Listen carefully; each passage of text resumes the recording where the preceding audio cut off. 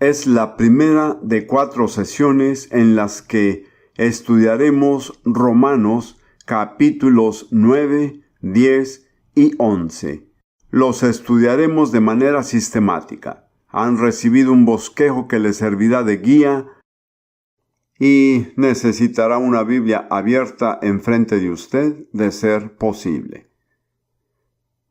El título de estas 4 sesiones es El destino de Israel y de la Iglesia.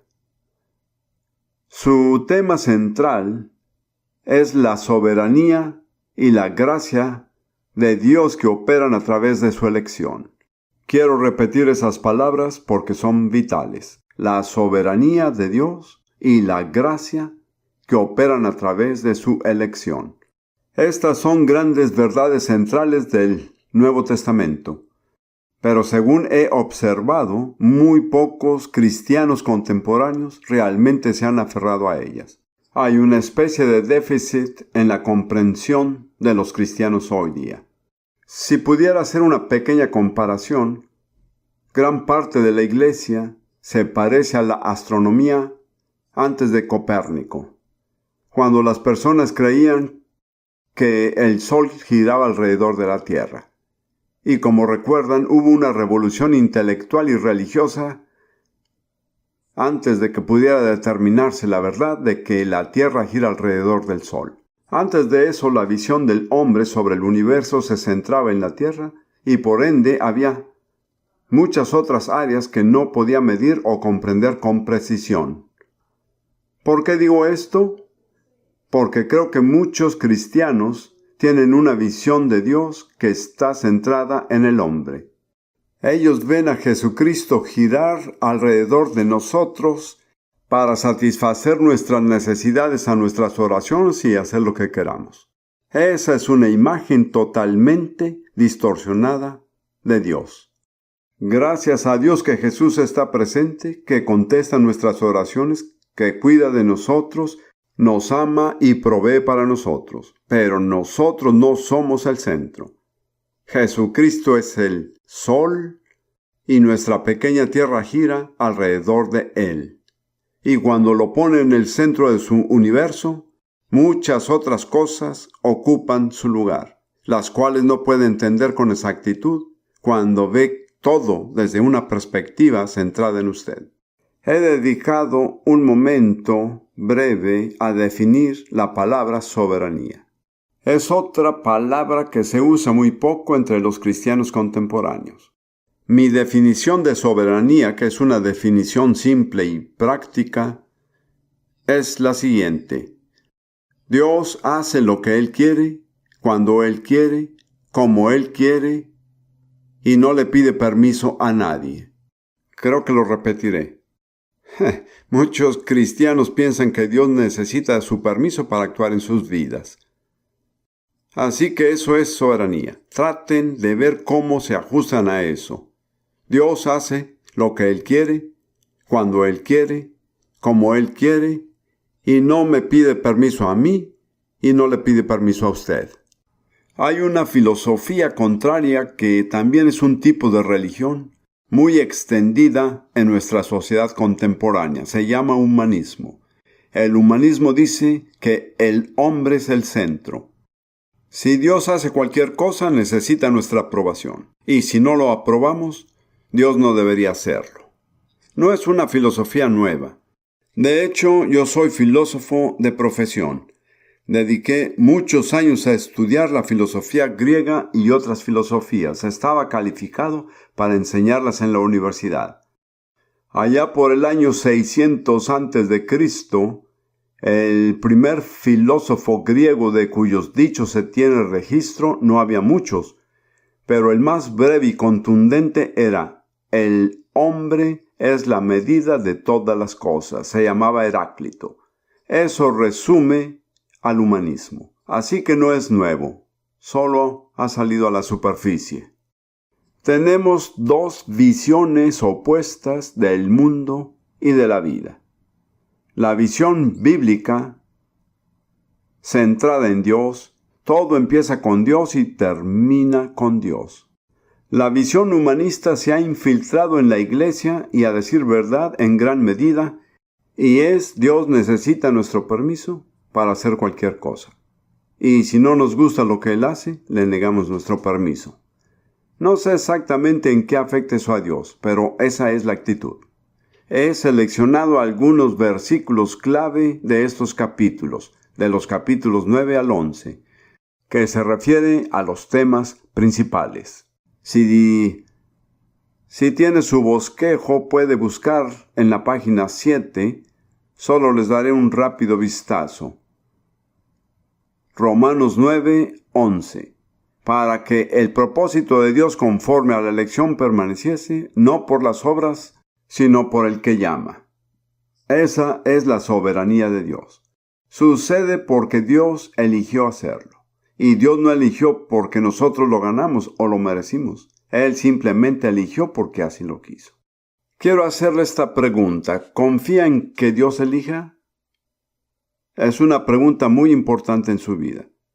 Le diré una manera como aprendí lo importante que era. Hace como unos 15 años, Dios llamó a mi primera esposa Lidia a casa. Después de estar casados, de haber vivido felices y servido a Dios durante casi 30 años. Ese fue el golpe más duro, la experiencia más dolorosa que había sufrido hasta entonces. Y en medio de esa profunda pena, meditaba en las palabras de Job, cuando dijo, el Señor dio y el Señor quitó. El Espíritu Santo me hizo esta pregunta.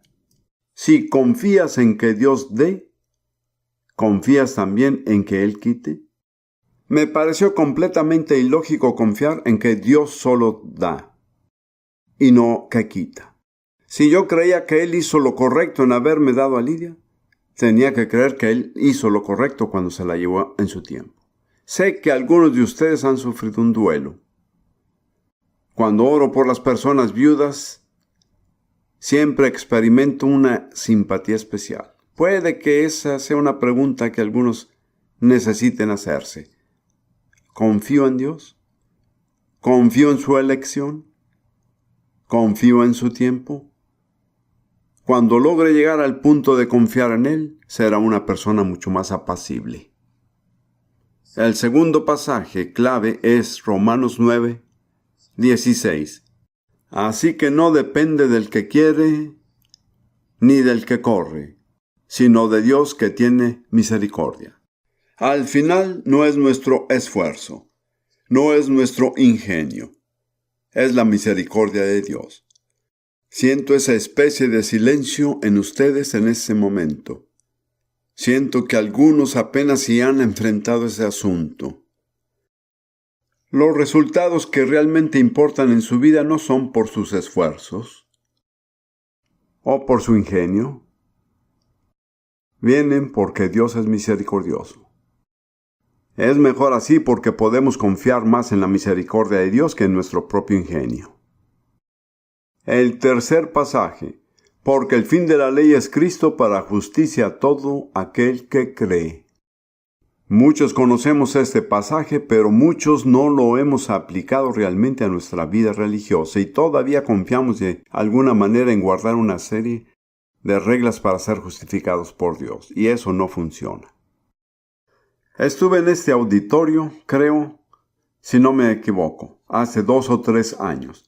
Y prediqué acerca de estos temas sin haber planeado realmente lo que iba a decir. Y dije, por supuesto, el cristianismo no es una serie de reglas. Miré las caras de los que estaban al frente y estaban sorprendidos. Creo que se habrían escandalizado menos si yo hubiera dicho que no hay Dios. Pero el cristianismo no es una serie de reglas. ¿Qué es? Esa es otra pregunta.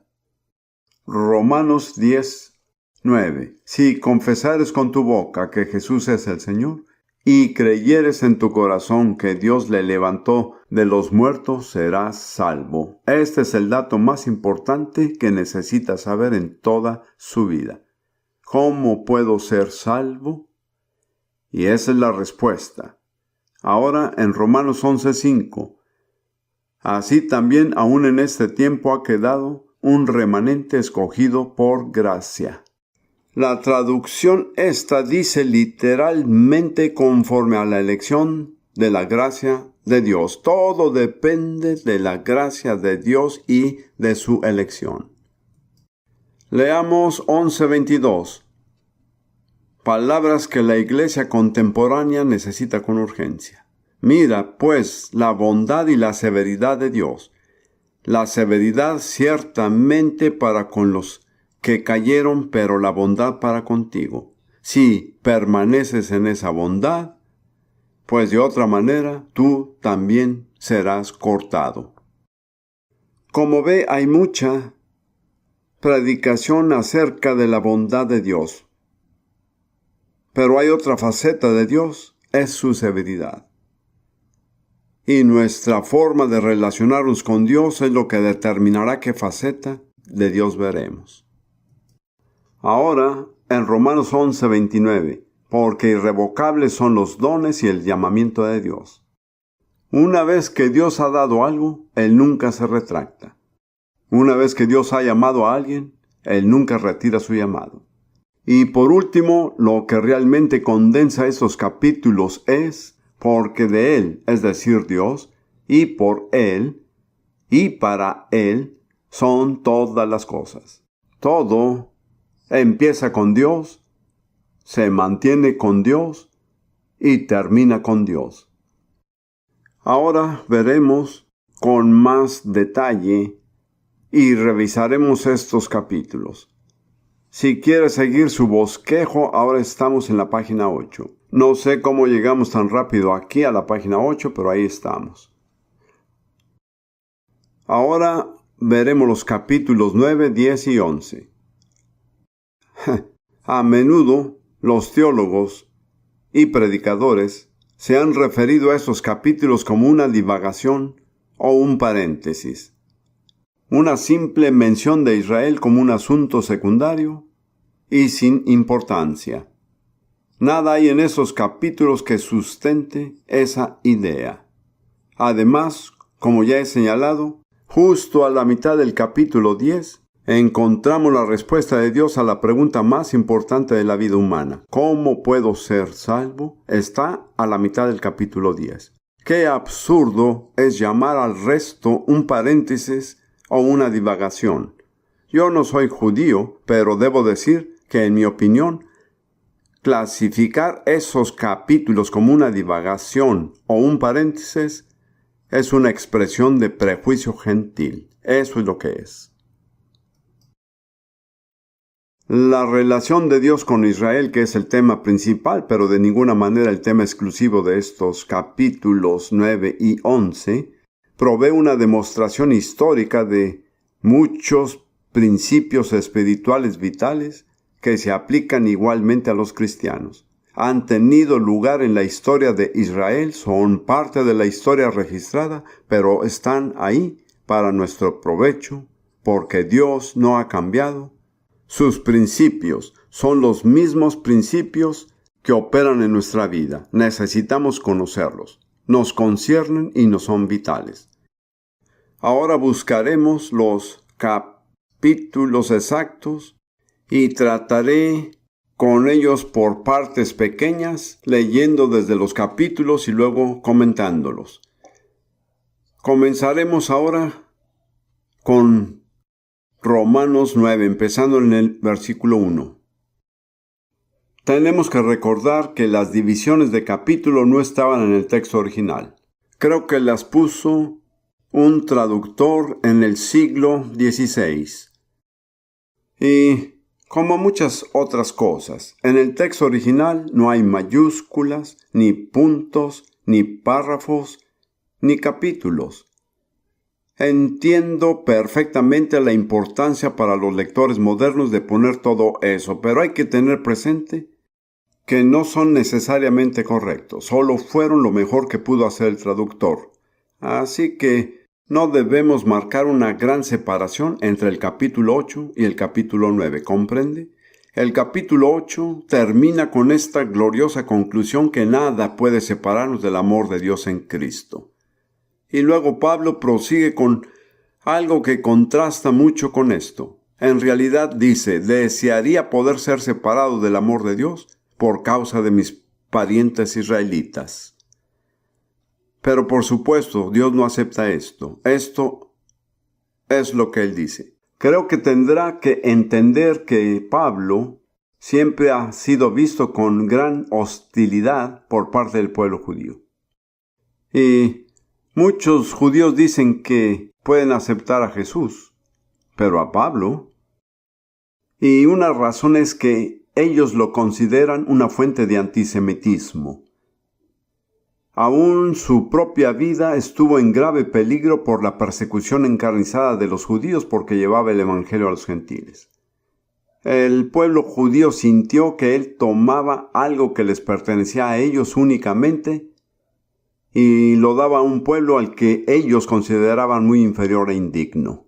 Si estudia la vida de Pablo como lo revela el Nuevo Testamento, en Hechos descubrirá que esa fue la razón por la cual fue perseguido por su propio pueblo.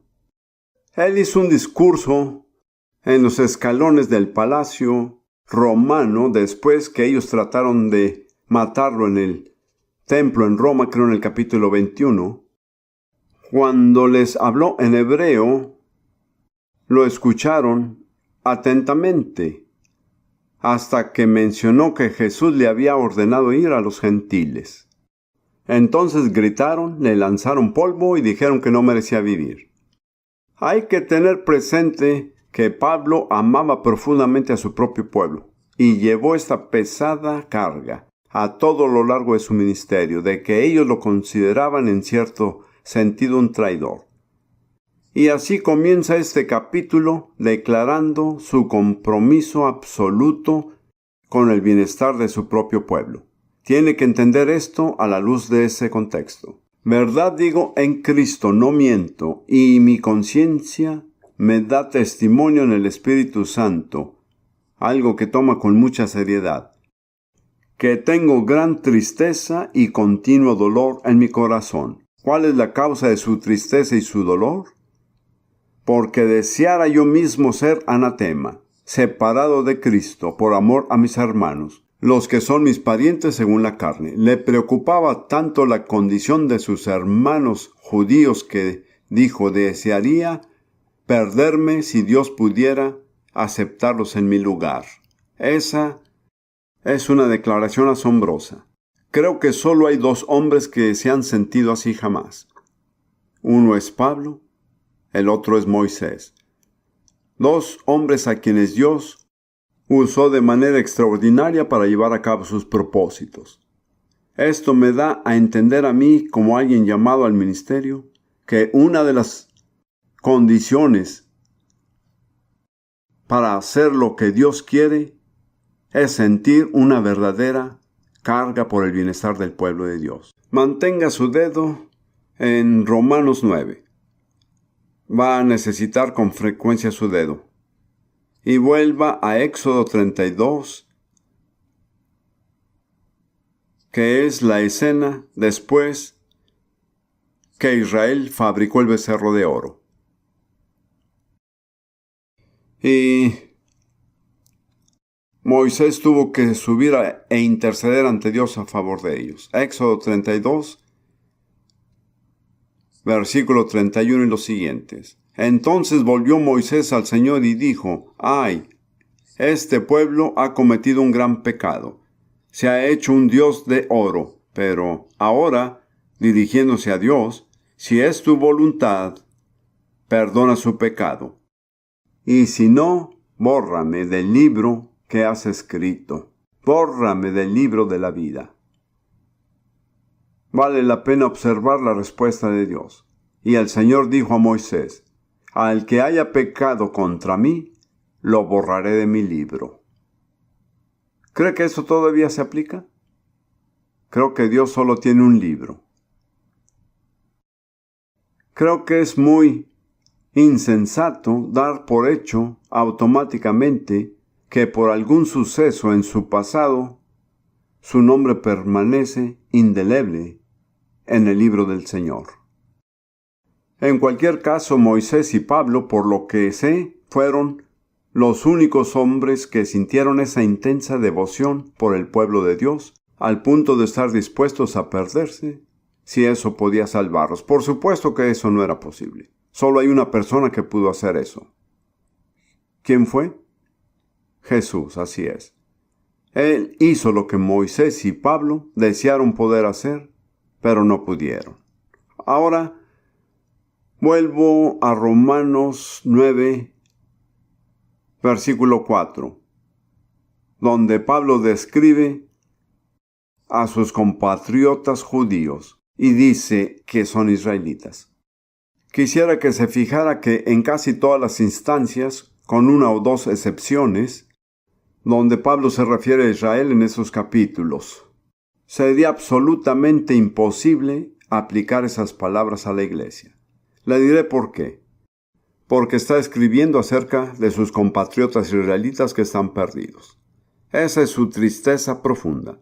Y luego describe lo que los hace un pueblo especial, que es la relación de Dios con ellos, a lo largo de, digamos, unos 2000 años. Y habla de 8 privilegios específicos y únicos de los que gozó Israel. Conforme leo estos versículos, trate de identificar los 8 privilegios.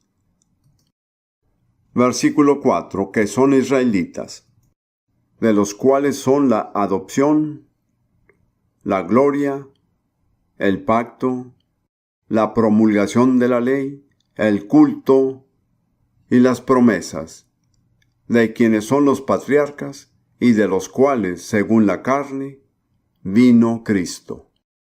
¿Identificó los 8? ¿Les parece si los repasamos?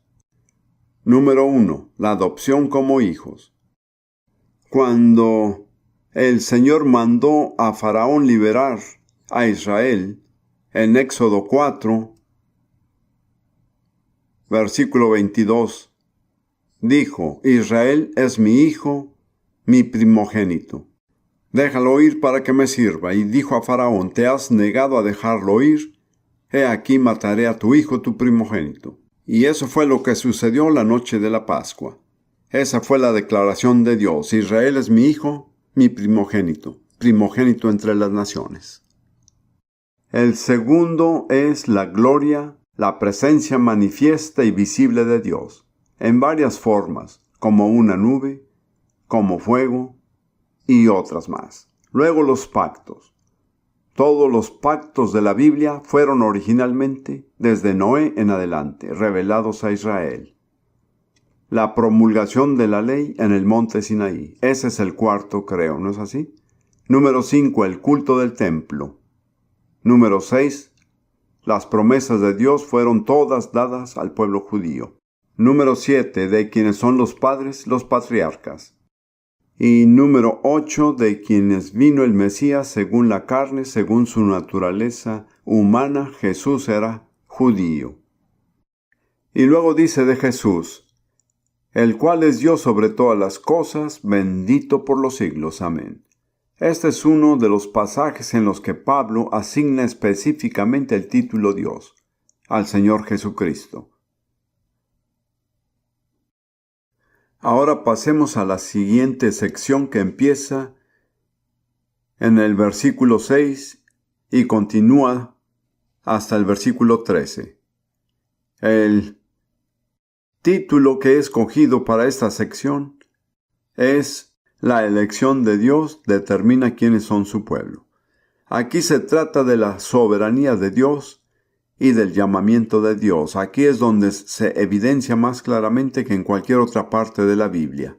Y se dan 2 ejemplos de la historia antigua de Israel para enfatizar que no es nuestra decisión lo que realmente importa, sino que es la decisión de Dios.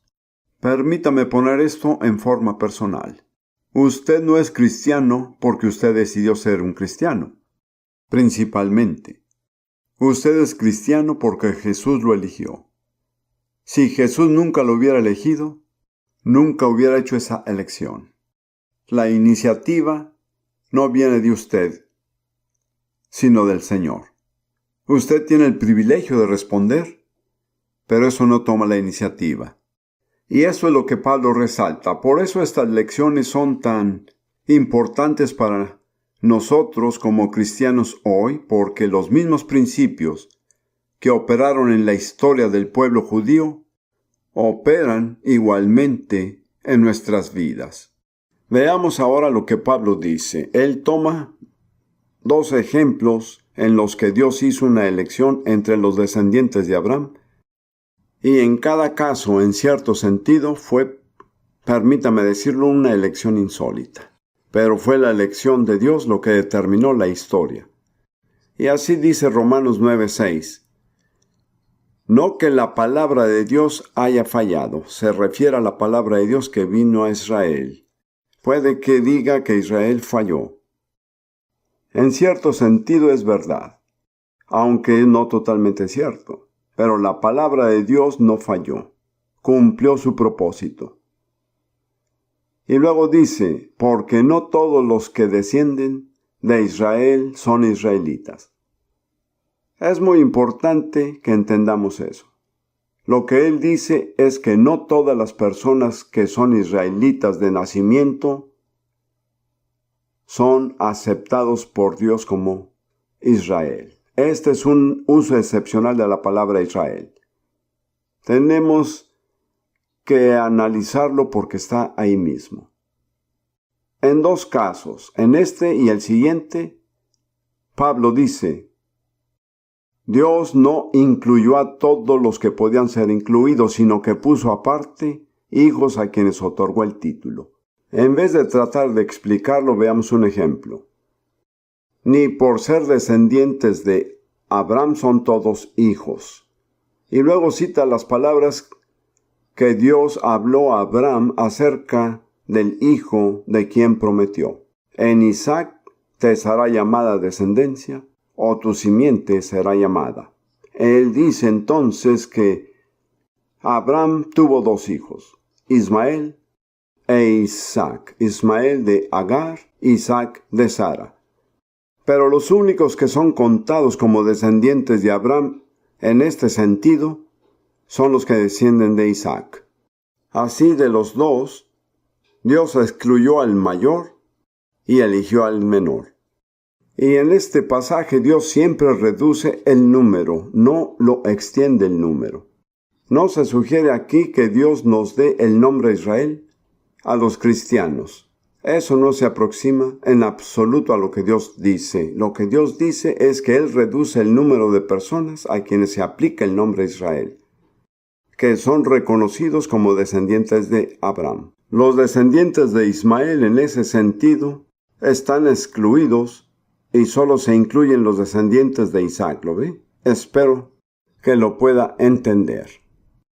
Pero ahí no termina, porque pasamos a la siguiente generación, a Rebeca, la esposa de Isaac.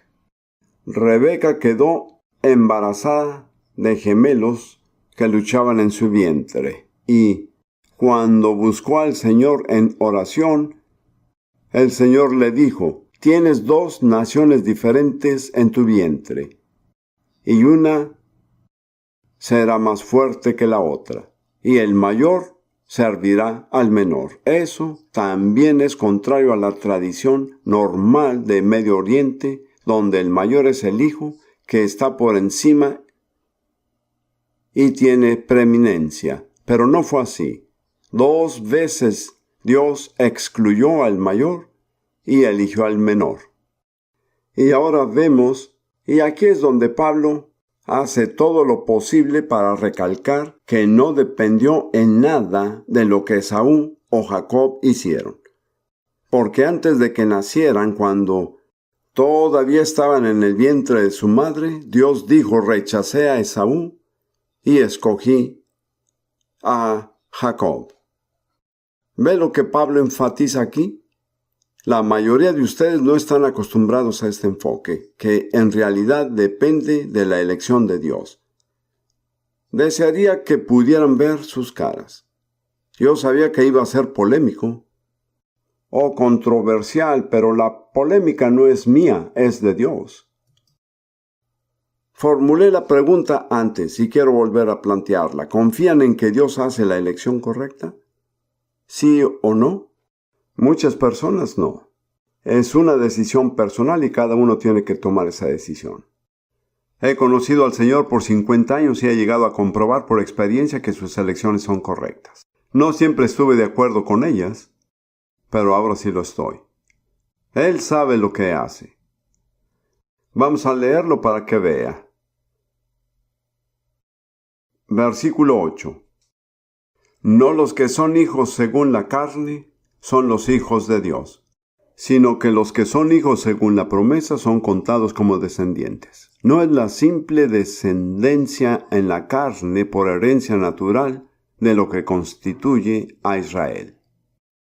Mantengamos nuestro dedo en Romanos 9 y volvamos por un momento a Primera de Pedro, capítulo 1, versículo 23, hablándonos como a cristianos nacidos de nuevo. Pedro dice, siendo renacidos, espero que eso sea cierto para cada uno de nosotros. No de simiente corruptible, no de simiente natural, sino de incorruptible, por la palabra de Dios, que vive y permanece para siempre. ¿Cuál es la simiente generativa que nos convierte en pueblo de Dios? Es la semilla. ¿Cuál es la semilla? La palabra de Dios, así es. Este principio se remonta a la historia de los patriarcas, porque no fue descendencia natural que determinó quiénes eran aceptados por Dios como su pueblo. Fue la aceptación de la promesa de la palabra de Dios. ¿Lo ve? ¿Cuál fue la semilla? Fue la palabra de Dios. Así, para ser un verdadero israelita, tenía primero que ser descendiente de Abraham, Isaac y Jacob. Esa era una parte, pero no era suficiente. También tenía que tener la semilla de la palabra de Dios que se recibe por la fe en el corazón, para realmente ser parte del pueblo escogido de Dios. Vuelva a Romanos 9 y lea conmigo el versículo 8. No los que son hijos según la carne son los hijos de Dios, no por descendencia natural solamente, sino que los que son hijos según la promesa son contados como descendientes. La promesa es la palabra de Dios. Y luego dice, porque la palabra de la promesa es esta, la palabra que el Señor habló a Abraham. Por este tiempo vendré y Sara tendrá un hijo. Este es el primer ejemplo de la promesa como semilla generativa. Así que de todos los descendientes de Abraham, solo son considerados pueblo de Dios los que han recibido la promesa de Dios por la fe en sus corazones. Eso los hace verdaderamente pueblo de Dios. Y luego tomamos este segundo ejemplo que aún es más sorprendente. Versículo 10. Y no solo esto, sino también cuando Rebeca concibió de uno, de Isaac nuestro padre, pues no habían aún nacido, ni habían hecho aún ni bien ni mal, para que el propósito de Dios conforme a la elección permaneciese, no por las obras, sino por el que llama. Se le dijo, el mayor servirá al menor. Esaú servirá a Jacob. Mire cómo Pablo usa absolutamente todos los recursos del lenguaje para resaltar que fue la elección de Dios el factor decisivo. Tengo que decir que esta es una verdad muy difícil de aceptar para las personas en nuestra civilización occidental contemporánea, porque todo en nuestra civilización ha sido permeado por la influencia del humanismo. La iglesia ha sido permeada por el humanismo mucho más de lo que la mayoría piensa. Y por eso tenemos la actitud de Dios, si vas a hacer algo más vale que me rindas cuentas. La Biblia dice que Dios no rinde cuentas de nada de lo que hace. No lo hace. ¿Recuerda lo que es la soberanía? Dios hace lo que quiere, cuando quiere, como quiere, y no nos pide permiso para hacerlo. Para demostrar esto con la mayor claridad, Dios tomó el caso de dos gemelos en el vientre de una mujer, ambos del mismo padre, y antes de que nacieran, antes de que tuvieran la oportunidad de hacer bien o mal, Él dijo: al que elijo es al menor, a Jacob, y rechazo al mayor, a Esaú. De paso, me gustaría decir que si hace un seguimiento de la vida de ellos, conforme a las normas contemporáneas, Esaú era el buen tipo y Jacob era el talón. ¿Sabe lo que significa su nombre? Significa talón, porque agarró a su hermano por el talón. Hablando un caló contemporáneo, esa palabra es exactamente apropiada. Según nuestros criterios contemporáneos, Esaú no hizo ningún daño. En cambio, Jacob lo estafó. Es decir, las cosas que hizo Jacob las veríamos mal. No digo que Dios lo respaldara, sino que Dios no elige a aquellos que nosotros elegimos. Por eso algunos fuimos escogidos. Permítame decirle, si hubiera sido yo Dios, nunca me hubiera escogido. Cuando estuve lejos de la Universidad de Cambridge durante unos 6 años, y en ese tiempo me convertí en un cristiano nacido de nuevo. Cuando regresé empecé a contarle a mis colegas lo que me había sucedido. Su actitud fue: cualquiera menos tú. No podían creer que algo así me hubiera sucedido. Me alegra que la elección no estuviera en sus manos. Me alegra que la elección no haya estado en mis manos, porque si yo hubiera sido Dios, creo que jamás me hubiera arriesgado como Dios se arriesgó al elegirme. Quiero hacerle una pregunta. ¿Realmente confía en que Dios hace la elección correcta? Usted tal vez esté aquí porque Dios hizo la elección. Pero tenemos la tendencia a creer que Dios hizo la elección correcta conmigo, pero respecto a otras personas, bueno, yo no las hubiera escogido. Muy bien, sigamos adelante. Pasemos al versículo 13. Como está escrito: a Jacob amé, mas a Esaú aborrecí. Esta es una cita del último profeta del Antiguo Testamento y da inicio al libro de Malaquías. Dios dice a Israel: te he amado. Él dice a Esaú: te odio. Esto da para pensar. Dios es bueno para aborrecer y también para amar.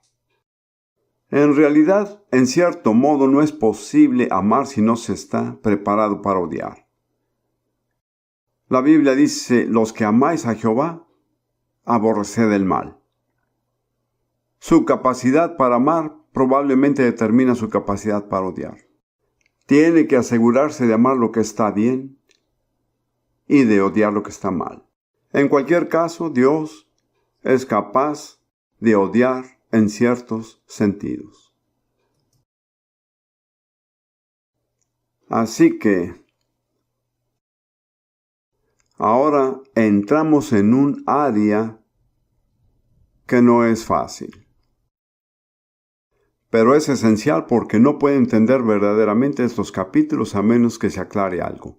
Y ese punto es: ¿a quién se le llama Israel en el Nuevo Testamento? Y lo digo porque hay una enseñanza muy extendida hoy día que Israel ya no es Israel y que la iglesia es ahora Israel. Difícilmente alguien aquí desconoce esa enseñanza. Permítame decir que para mí el Nuevo Testamento es la palabra de Dios con la autoridad suprema. Primero el Antiguo Testamento, luego el Nuevo. Han existido tradiciones eclesiales, teologías y muchas opiniones diferentes. Pero para mí, el factor decisivo y la autoridad suprema es lo que dice el Nuevo Testamento. No me opongo a las tradiciones eclesiales. Si son bíblicas, pueden ser de ayuda. Pero si son contrarias a las Escrituras, yo no las acepto. Tenemos que enfrentar esta pregunta. ¿A quién asigna el Nuevo Testamento el título Israel? ¿Ha retirado el Nuevo Testamento el título del Israel histórico y el pueblo judío? ¿Y ha otorgado ahora el Nuevo Testamento el título a la iglesia? Creo que puede haber dos respuestas a esa pregunta. Una es correcta y la otra incorrecta. El problema para la mayoría de las personas es que muchas personas preferirían tomar su religión con calma y vivir conforme a las conclusiones de otros y no tener que buscar la verdad por sí mismas.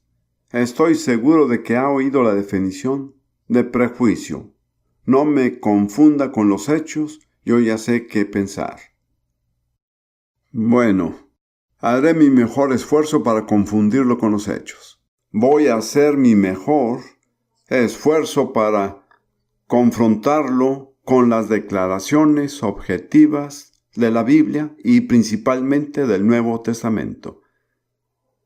Para hacerlo, he examinado todo el Nuevo Testamento y he verificado cada pasaje que usa las palabras Israel o israelita para ayudarles. Y para su beneficio, aparecen en un apéndice de su bosquejo, empezando en la página 36.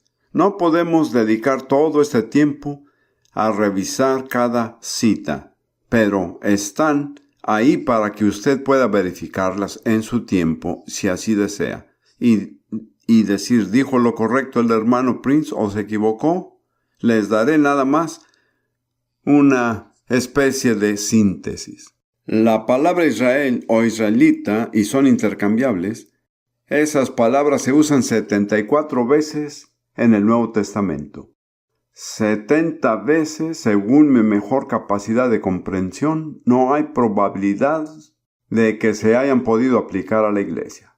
De hecho, en muchos pasajes se aplican en un sentido que distingue a Israel de la iglesia.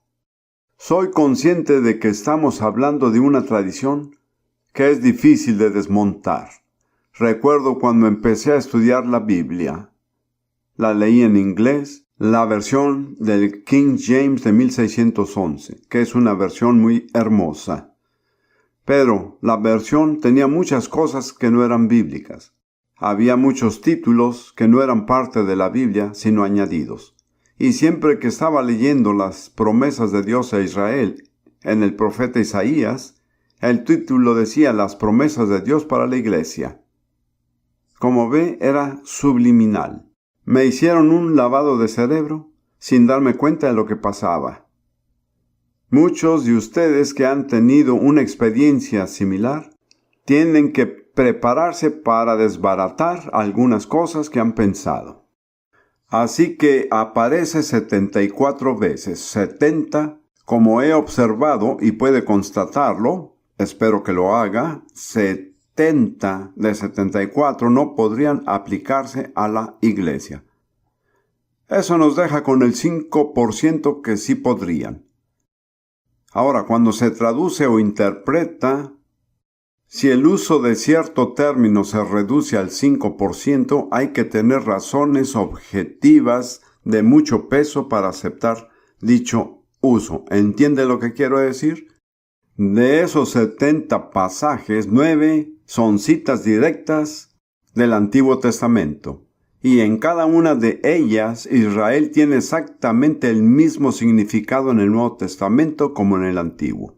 Así que nos quedan unos 4 que posiblemente pueden ser interpretados de otra manera. Digo posiblemente porque ninguno de ellos debería serlo. En otras palabras, quiero decir categóricamente que no creo que Israel se deba usar jamás en el Nuevo Testamento como título para la iglesia. Estoy seguro que algunos nunca han oído esa afirmación antes. No quiero que lo reciba porque yo lo digo, pero le aconsejo que lo investigue por sí mismo. Y le he facilitado la tarea a usted porque he referenciado y visto cada caso. Cuando el pasaje es una citación del Antiguo Testamento, está marcado con un asterisco. Y cuando hay alguna posibilidad de entenderlo de otra forma, he puesto un signo de interrogación. He hecho todo lo posible por no influirlo con mi razonamiento. Ahora, hay dos pasajes, uno que ya hemos visto, volviendo a Romanos capítulo 9,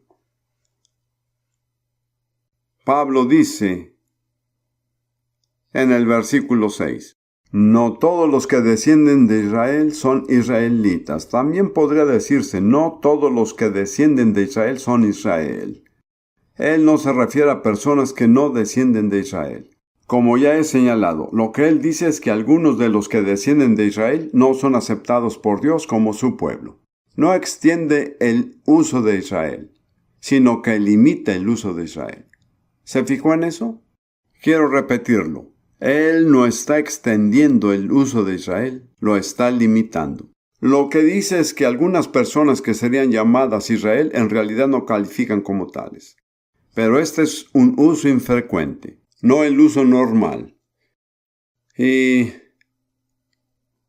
después en Gálatas 6:16,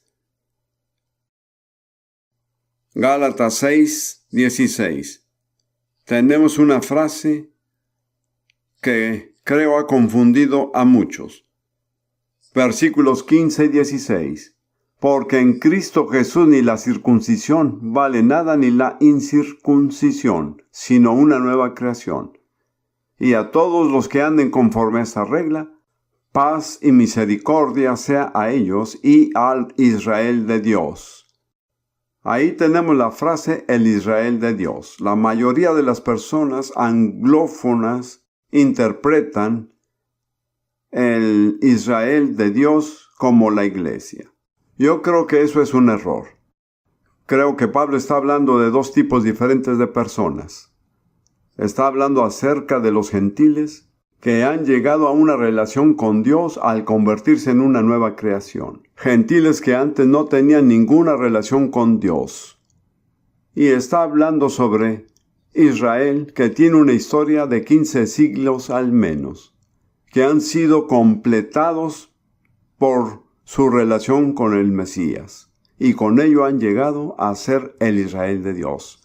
En este sentido, Pablo aplica la palabra Israel solo a aquellos israelitas o al pueblo judío, no solo de origen israelita por nacimiento, sino también han recibido la semilla de la promesa de la palabra de Dios y han experimentado el nuevo nacimiento en Cristo. Ese no es el uso normal de Israel, pero es como Pablo lo usa aquí en Gálatas 6:16. El Israel de Dios son aquellos que son israelitas por descendencia natural y también han recibido la palabra de la promesa del Mesías. Y por medio de su fe han reconocido y recibido a Jesús como Mesías. La diferencia es esta, que los gentiles son un terreno sin explorar. Dios nunca se había relacionado con ellos. Así que había una nueva creación y ellos simplemente pasaron de lo viejo a lo nuevo. En tanto que Israel, o el pueblo judío, era un pueblo con el cual Dios había forjado un vínculo durante 15 siglos.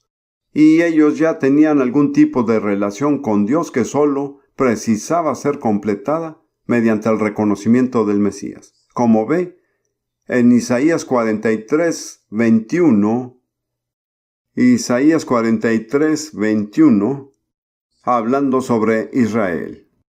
Isaías 43:21. El Señor dice, este pueblo he creado para mí. Mis alabanzas publicará. La palabra creado es usado para referirse a un alfarero que forma una vasija. Dios había estado moldeando a Israel durante 15 siglos. Era un pueblo al que ya había formado para sí mismo. Y ellos necesitaban ser completados reconociendo al Mesías, y por otro lado, si ellos se negaban a reconocer al Mesías, como Pablo dice en Romanos 11, eran excluidos. Y luego en Romanos 15, un poco más adelante en Romanos, pero tendremos que adelantarnos solo un momento. Romanos 15, 8 y 9, Pablo dice: pues os digo que Cristo Jesús vino a ser siervo de la circuncisión, se refiere al pueblo judío, como entenderá, para mostrar la verdad de Dios, para confirmar las promesas hechas a los padres. No era algo nuevo, ellos tuvieron las promesas durante muchos siglos. Para ellos Jesús era un siervo que confirmaría las promesas que ellos ya conocían y que esperaban ver cumplidas. Luego, Pablo dice en el siguiente versículo 9, y para que los gentiles glorifiquen a Dios por su misericordia. Espero que vea la diferencia. El pueblo judío tenía muchas promesas que ya habían recibido o que se habían cumplido. Los gentiles no tenían promesas. No dependían de la fidelidad de Dios para el cumplimiento de una promesa. Solo dependían de la misericordia de Dios. ¿Observa la diferencia? Por eso hay una diferencia entre aquellos que simplemente vienen a hacer una nueva creación a partir de nada, espiritualmente, y aquellos que han sido completados porque ya habían recibido las promesas. No puedo dedicar más tiempo a eso. En realidad no sé si lo he logrado, pero al menos le he dado algo en qué pensar. Hay otro pasaje que necesitamos ver en Romanos 2,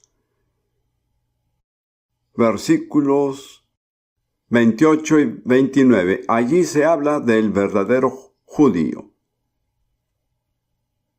Y también es un punto muy polémico. Yo leí un artículo escrito por un teólogo cristiano en el que afirmó que todos somos judíos. Yo pensé, querido Señor, ¿es posible que alguien crea eso realmente? Pero él lo creía, y este pasaje era la base de su información. Romanos 2, 28, 29, pues no es judío el que lo es exteriormente, ni es la circuncisión la que se hace exteriormente en la carne, sino que es judío el que lo es en lo interior, y la circuncisión es la del corazón en espíritu, no en la letra, la alabanza del cual no viene de los hombres, sino de Dios. Aquí tampoco extiende el uso de judío, sino que restringe el uso de judío.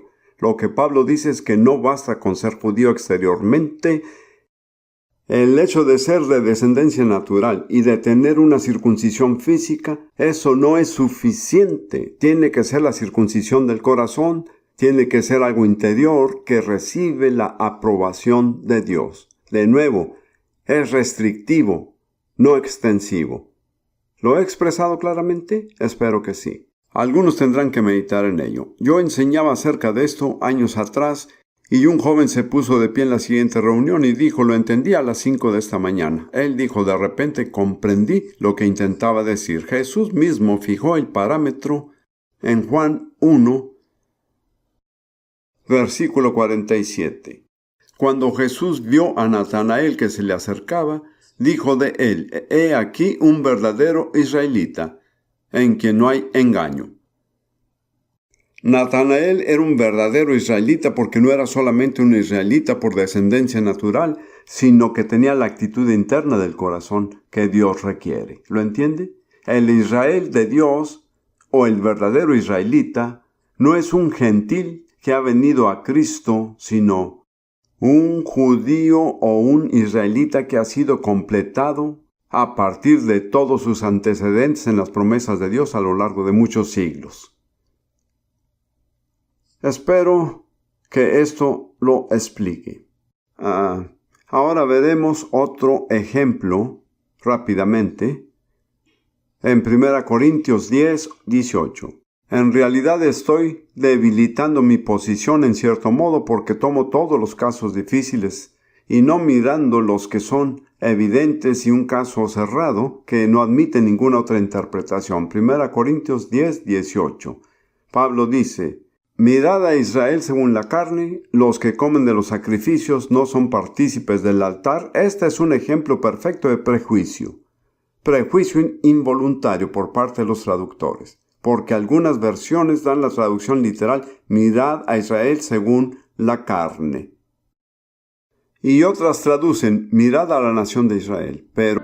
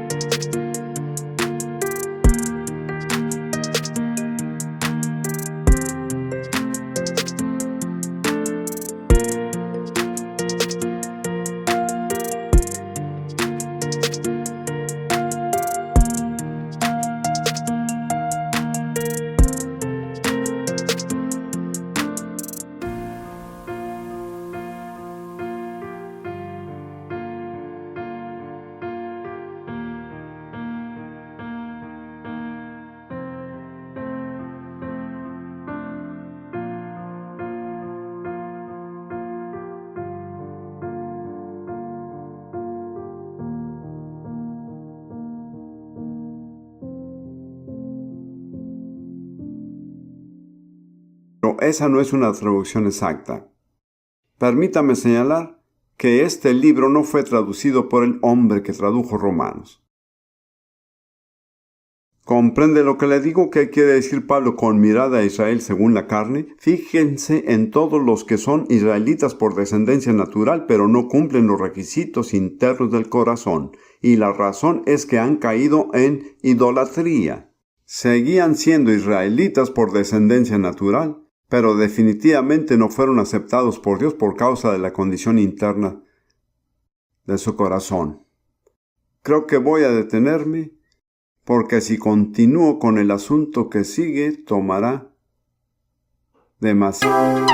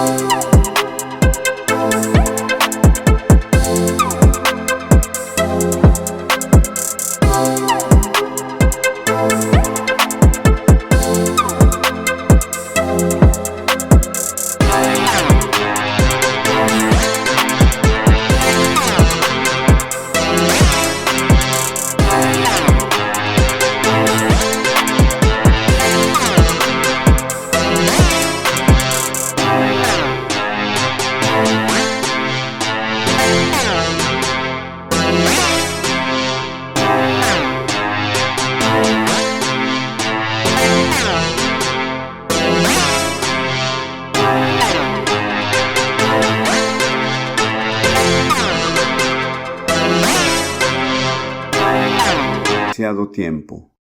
Permítame solo aclarar lo que digo, que en principio Israel en el Nuevo Testamento significa precisamente lo mismo que Israel en el Antiguo Testamento, pero hay algunos pasajes, tal vez 2 o 3, donde Pablo lo usa en sentido restrictivo, refiriéndose a personas que cumplen con 2 requisitos. Número 1, son israelitas por descendencia natural. Número 2, cumplen con los requisitos internos de corazón.